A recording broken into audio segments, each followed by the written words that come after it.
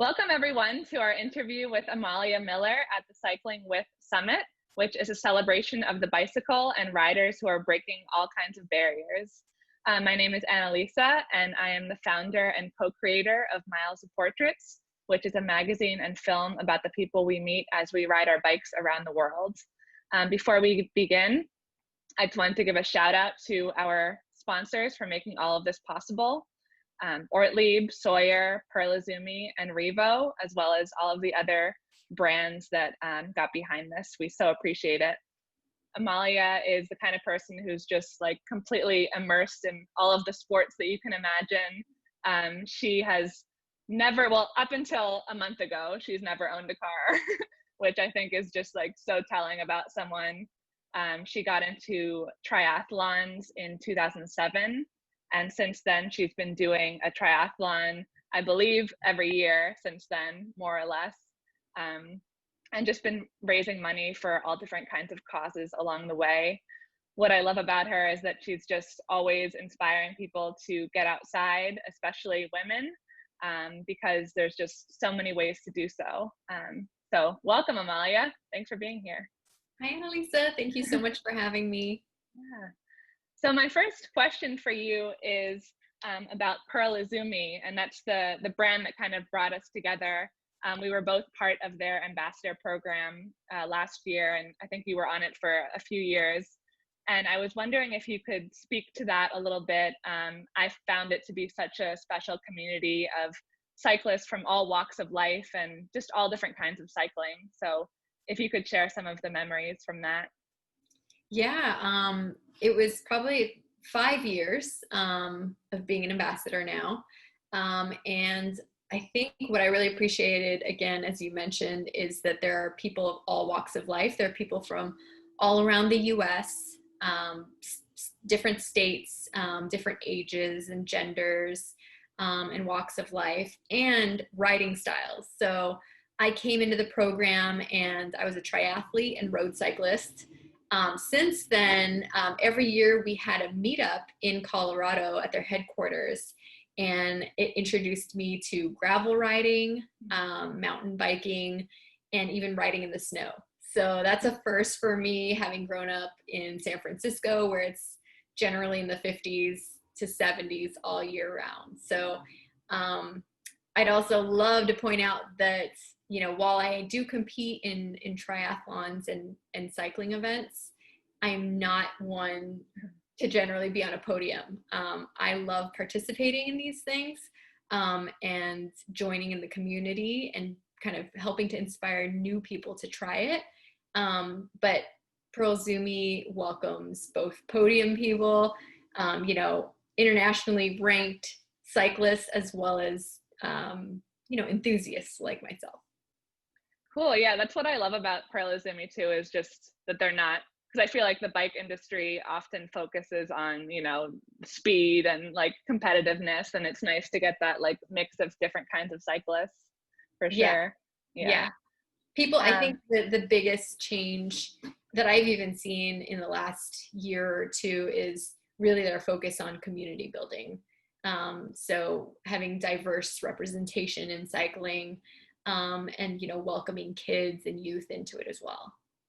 I wanted to ask you about your first triathlon, which I believe was in 2007, called the Escape from Alcatraz. You kind of spontaneously decided to do that with your colleagues, and part of what drove you to do it was just the very fact that you didn't plan that much, and, you know, there were all these things that you realized after the fact that, you know, there's great white sharks in the San Francisco Bay, or there can be, and the kind of, or the kind of like swimsuit that you should really wear for swimming to make you more aerodynamic. And those were all things that you learned afterwards. And I love what you were writing about how sometimes it's better to just follow your intuition and your gut, because sometimes if you do too much planning, you know, learning the details might scare you. So if you can talk about that experience, and if that attitude has kind of like carried over into other races or experiences in your life.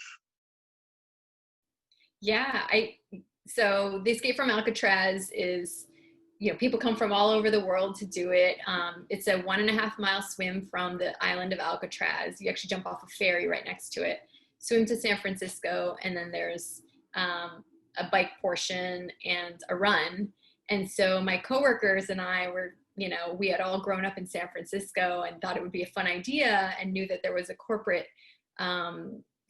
division. And so at the time I was surfing, I got into surfing. Again, not a great surfer, but was out in the beach every weekend trying to surf.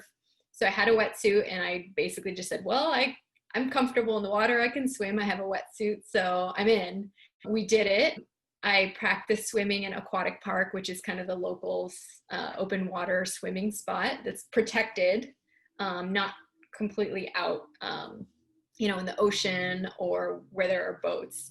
So practiced there, a handful of times, and just had fun with it.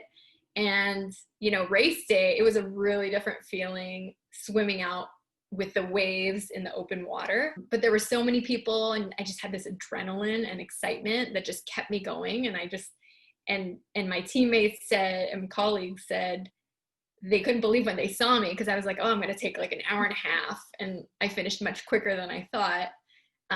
But yeah, it's like that excitement of trying something new, a new challenge, always fuels me. And so I kind of like going blindly into things and just coming up with some kind of challenge and goal, and then just seeing how it goes. I think if I over prepare, I get into my head and get nervous or anxious, as you mentioned. And so I think it's a fun challenge to just set some kind of goals. Just sign up for a race. Say you're going to do something, book the flight, or just commit yourself to something and figure out a way to finish it. Yeah, that's so true, that sometimes like you learn the most when you just do it. Like you just learn along the way, there's nothing that can prepare you better than actually doing it. Yeah. So I love that attitude. But, as you mentioned, I did learn after the fact, actually on the boat, when other people were looking at my wetsuit, and I had a zipper here. So like you put on the entire wetsuit, and then you zip the head part on here. And so that's like your standard surfing wetsuit. And so I hadn't realized that wetsuits are made so that, it's maybe looser in the shoulders because you're going to be swimming, or, thicker in certain parts of the body. I didn't know any of that. So I wasn't wearing the most aerodynamic suit, but again, I learned later on. So I wanted to ask you about something that's been a pretty traumatic incident in your life, something that's really impacted your life. You climbed Mount Kilimanjaro a few years ago for Parkinson's research. And I was wondering if you could talk about why you headed out there in the first place. And also you ended up being diagnosed with hypoxia, and you had a long recovery from that. So if you could just talk about that journey for us. Yeah, so the Kili trip was actually just a little over 2 years ago. And closer to 3 years ago, my partner and I had decided to raise money for Parkinson's awareness. His mom had Parkinson's for many years.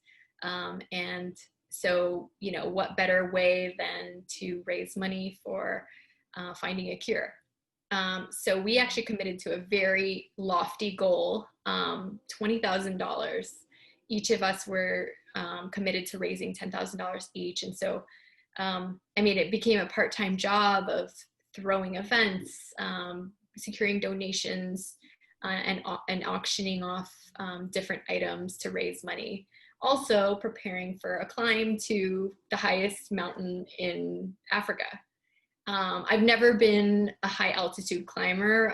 I love hiking and backpacking and adventuring, traveling, but I never really went to high altitude. So I didn't really know what it was like until I started training. And I went and practiced on a couple of 12,000 foot mountains. And I did experience nausea and that kind of thing at those levels. And I knew that I could take Diamox to help, with nausea and things like that, but didn't really think anything else. So the month leading up to leaving for Kilimanjaro, I was actually training for the SF Marathon. I was also ambassador for them. And the race was 2 days before we were flying to Kilimanjaro. So I did the race. I was super stoked. Finished, felt really strong, had been hiking all summer. And, we went to Kili. There were 8 people on our trip. 2 people had Parkinson's. So they were in their 50s. And I was, one of the youngest of the 8 there, and, very fit. And I felt very confident to be able to do the full climb to 19,000 plus feet. In the 8-day journey, I, quickly realized that, nausea was not a factor because I had been taking the medicine. But, day 5 or 6, I was really, really struggling. Like, we would go on long stretches where,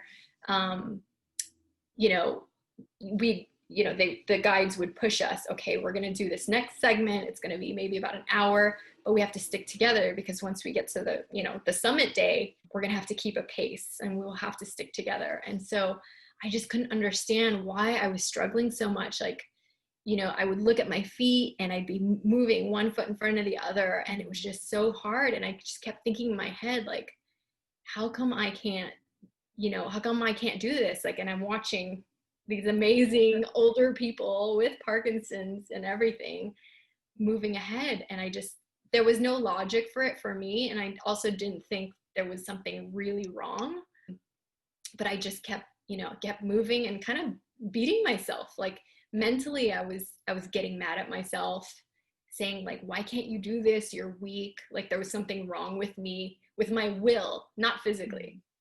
And so to fast forward, basically, we got to 16,000 feet, which was like our base camp before we were going to head up for the summit night. And by that point, I could barely even lift my arm to drink, to have soup for dinner. And they always stress you have to eat, and, because you have to keep moving, and people lose their appetite at high altitude. Mm-hmm. And I just couldn't anymore. And, one lady was like, your lips are blue and, your eyes are kind of sunken in. And I was like, I must be so tired. And, I took a nap, and my boyfriend at the time was watching me sleep and watching me breathe because he was afraid I was going to stop breathing.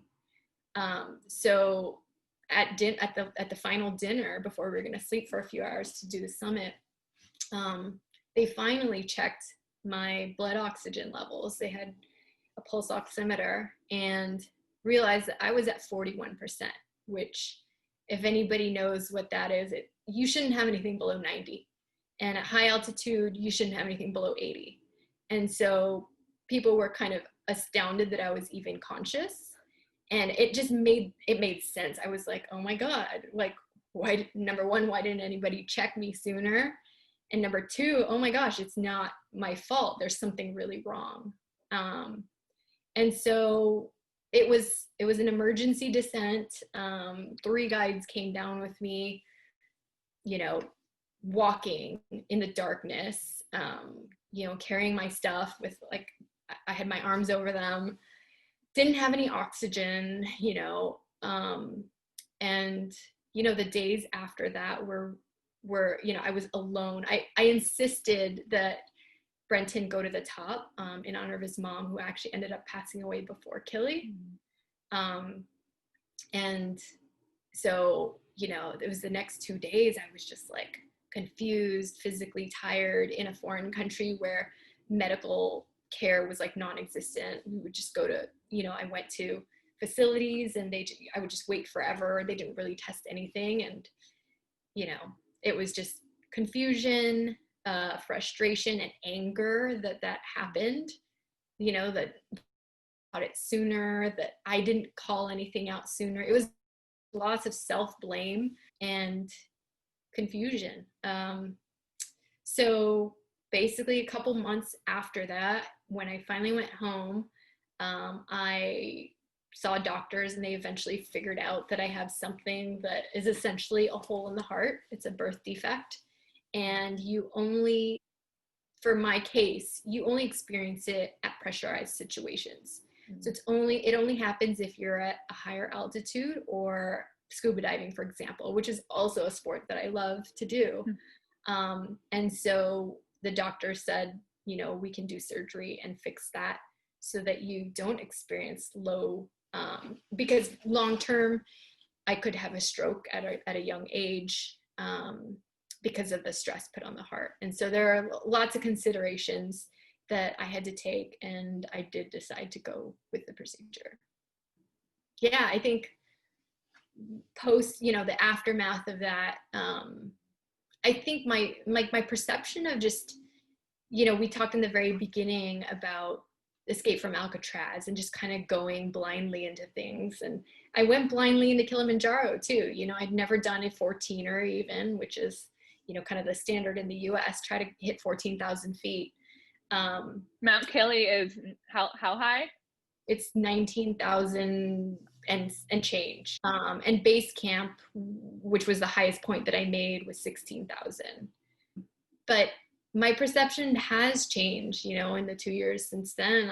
I've become more afraid of just, you know, trying more extreme things. I know that since the surgery that my body can handle it, but I actually still experience heart palpitations, very low heart rate. And I'm not talking about like good athlete low heart rate, but like when I'm sleeping, it drops down to 31 beats per minute, which is not a healthy low, but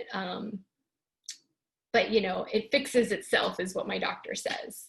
So there are these things that still come up, you know, that trigger me. And I have this, you know, I have fear and I get scared when I'm pushing my body, when before I would just go into things and not worry because, you know, I knew I'd be okay. Now I kind of fear because the heart is a very powerful thing, and I just want to make sure that I'm not stressing it too much or, you know, putting myself in a dangerous situation. Right. Yeah, it's like now I'm sure even the smallest of things can set you off. I'm not going to go into it, but I had a traumatic incident last year when I was involved in a car crash. Like I was completely fine, but someone died, and it involved a dog chasing me. And it's like now whenever a dog chases me, it's like before that would have been like not a big deal, but now it's like my heart drops and I just think about how, like, you know, it makes you realize like life can change in an instant. Yeah. And for me, that's like what I remember. And also that like it's also part of why we're, you know, doing all these things that we love, because it sounds like a cliche, but like life is short, and it definitely reminds you of that. How have you dealt with, you know, triggers or just different aspects of your life or different races that you've entered since? Yeah. So one thing that I've done cycling wise since Kilimanjaro, as we talked about, iZUMi introduced me to other types of cycling, but I got more into mountain biking, which is interesting because, you know, this traumatizing experience happened on a mountain, but for some reason, I felt like I needed to connect with it more, and so I bought my first mountain bike, a very cheap one off of Craigslist. It was literally $100, a really old bike, but it worked. We fixed it up and I got a couple lessons, and, you know, I just felt comfortable in like trying something new, doing something fun again, where it wasn't like, you know, repetitive. It was like taking on a new challenge, but little by little. And so I started mountain biking. And there was actually an instance when I was doing this lesson with iZUMi. They were actually filming part of, you know, me getting into mountain biking, and they took me out to this place outside of San Francisco that gets really, really hot, Annandale State Park, and that weekend it got to nearly 100 degrees. I mean, the temperature was like 98 degrees. And so we were hiking with our bikes up to get to certain places and like testing out different parts. But there was one point, like we kept doing this run over and over again. But the heat, like growing up in 60-degree weather, I don't do well with heat. the heat was getting to me so much, and I was just, I was tired, I was thirsty, I was starting to get hungry, and I was just so fatigued. And I think something triggered, something in me triggered back to Kilimanjaro, where I was putting my body under this stress. And, I went on a run and I missed a little loop and I fell, and, I scraped up my knee and hand, not too bad, but I just started crying. I couldn't hold it in. I could feel it like being pent up. And, I think one thing that I've learned post Kili is to not hold things in. I guess that's my personality as well. Like, I'm a very positive person. I try to be optimistic, and, I don't want to talk about negative things. I saw a therapist for the first time ever after Kilimanjaro because of that experience. And I continued seeing them. And I think it's good to, talk about things, have conversations like you and I are having, and just bring up these experiences and share them so that other people that are experiencing these things don't feel like they're alone. My experience is very specific and unique, but anxiety and stress and PTSD, things like that, a lot of people have an experience. Depression, all these things. The way that we can help ourselves is by sharing and learning, talking to people, and having good experiences out of them as well. Yeah. And I'm someone who I always attribute cycling to, I call cycling my form of therapy. It really helped me get not over, I don't like using that phrase, but it really helped me through the loss of my mother when I biked across the country a few years ago. That was such a therapeutic thing for me to do, and just the best decision I've ever made. But I feel like it's true that cycling can help you in that way. But I feel like people like me kind of use it as an excuse not to actually go to therapy. I'm just like, well, cycling is my therapy. So that's definitely something that I would like to. I've had trouble finding a good therapist, but I've definitely heard of the wonders that therapy can do. Yeah. I tried a couple different therapists. The first one, I completely broke down. So of course I was like, it's working, but I tried out a handful because, after a couple of sessions, I realized, okay, well, maybe they're just saying the same thing, or they're not giving as prescriptive advice or whatever it is. But then I found someone that I felt like really was able to draw things out of me, because, I would get locked into just the fear factor. He was able to make me talk about it. Then, my boyfriend, now husband, is very open as well. So I was able to talk about it with him, talking about it with friends even. You say you don't have a therapist, but this is a form of therapy right now. You're talking about your experience with your mom and how it transformed your life. Yeah. You're talking to people about things that they've dealt with. You're a therapist right now. I consider this, we talked about this beforehand, but this is a form of therapy for me. So, whatever way you do that, I think cycling is an amazing one, because you get the benefits of your endorphins, and the rush and excitement of, doing something new, seeing new places. I think it's wonderful. And I'm always encouraging my friends to do more cycling. And yeah, I think it is a form of therapy. And I think, that combined with, of course, talking to my friends helps, but there's definitely something to speaking to someone who's outside of your circle, who can really, as you said, pull things out of you that you didn't know. So yeah, I think it is important to also just, not necessarily just vent, but bring up the real issues and try to solve them or work through them so that they're not as triggering anymore. Yeah. 2 years in now, I'm not as triggered as I used to be. I've found myself, running into a meeting room and just crying in the middle of work, or even in a meeting at work. And now, I can talk about it more freely. But I couldn't even talk about just the trip in general without having a negative spin on it, Just the fact that you're doing this interview right now is amazing. Yeah. Like it's only been 2 years since the accident. Yeah. So I think,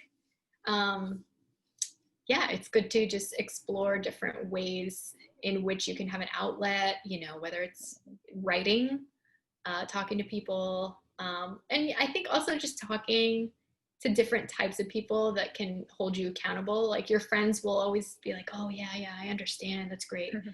But maybe strangers would say, maybe they would ask you questions like, why did that actually make you feel bad? Like you didn't do anything wrong, or, so talk about it. I would say, I'm a proponent of talking about it, despite how hard it can be. Thanks for all that, Amalia. Yeah. I have one more question for you before we end things. So you're very into I don't know if you're very into, but you just got into mountain biking maybe a few years ago, or just recently, as you said. And I think mountain climbing and mountain biking can all be very like male dominant sports, or sometimes intimidating, especially for someone like you described yourself as a city girl. I think that for anyone that's like far removed from it, it can definitely seem intimidating to jump into any of these sports. So I'm wondering if you have any takeaway tips for anyone that kind of feels removed from it and would like to try out, say, mountain biking. Well, I would definitely say that there are some amazing riding groups out there. So whether you find them on Facebook or your local community, or some parks where there are riders. But even before Kilimanjaro, I found a group called Girls MTB down in Santa Cruz, and it was amazing because they had demo bikes for you almost every time there was a meetup. They had ride leaders for all different levels, from super beginner to beginner all the way to advanced. And so you could start at any level you felt comfortable with. And there's a different, it's a different experience when you feel like you're trying something with people that you might have, more relation to. My husband's a mountain biker. A lot of the friends that I've mountain biked with are pretty much all men, but through groups I have found women. I think it's great to have, allies out there to help. But there are often just, like maybe you don't know where to start. I think organizations out there, like nonprofits out there, and again, riding groups can help bridge that gap. And like what I would do, what I am doing since joining groups like that, is trying to encourage my friends that are female road cyclists to just try mountain biking. Like I'll let them borrow a bike, or like, oh, I know there's a free demo day happening, so why don't we go together and give it a shot? And it's this scary thing for a lot of women that I know. And it is scary because you hear all the stats of, if you haven't gotten hurt yet, you will. You're going to break a collarbone, or you're going to fall on the first time. Yeah. So, it is arguably can be more dangerous than other types of cycling, but cars and bikes often, don't mix either. So I think there is more of a resurgence, or I don't know, like renaissance of girls getting into the dirt and mountain biking. I think gravel riding has also introduced that. So I have a gravel bike, a mountain bike, and a road bike. Gravel is great because it kind of introduces you to getting on gravel or dirt roads. But then you start getting into areas where you're like, this is really bumpy and uncomfortable. And then that's kind of that pivot to the mountain bike. So yeah. No, you've definitely inspired me, because I'm almost always just on a road, like road biker, touring bike. And I definitely want to try, especially fat biking. I mean, snow biking sounds like a lot of fun. And you're so right. Like the community is out there. You just have to find it. Yeah. And one other thing I'll bring up is that you know, like the Pearl iZUMi ambassadors, for example, we have a Facebook group, and, you know, there are some really badass women out there that are mountain bikers. And so while you know, if I don't have anyone to ride with here, I can ping them and ask them advice, like even how to fix a mountain. Like fixing a mountain or maintaining a mountain bike is very different and still kind of foreign for me. But yeah, there are also online forums and communities. So even if you can't ride with someone physically in your community, then, you know, you can have this online community. I think especially now in this pandemic, this time of COVID, where, you know, we're not meeting up with strangers in large groups, online communities are great too. Well, with that, thank you so much, Amalia, for sharing your story with us. Thank you so much Great. for Yeah. If you can share where people can find you, if it's on Instagram or if you have a blog or anywhere where they can follow your journey. Yeah, the best place would definitely be Instagram. It's my first and last name at Amalia Miller. I'm also on Twitter occasionally. And, you know, I'm also a fan of connecting in all ways. So I'm also on LinkedIn.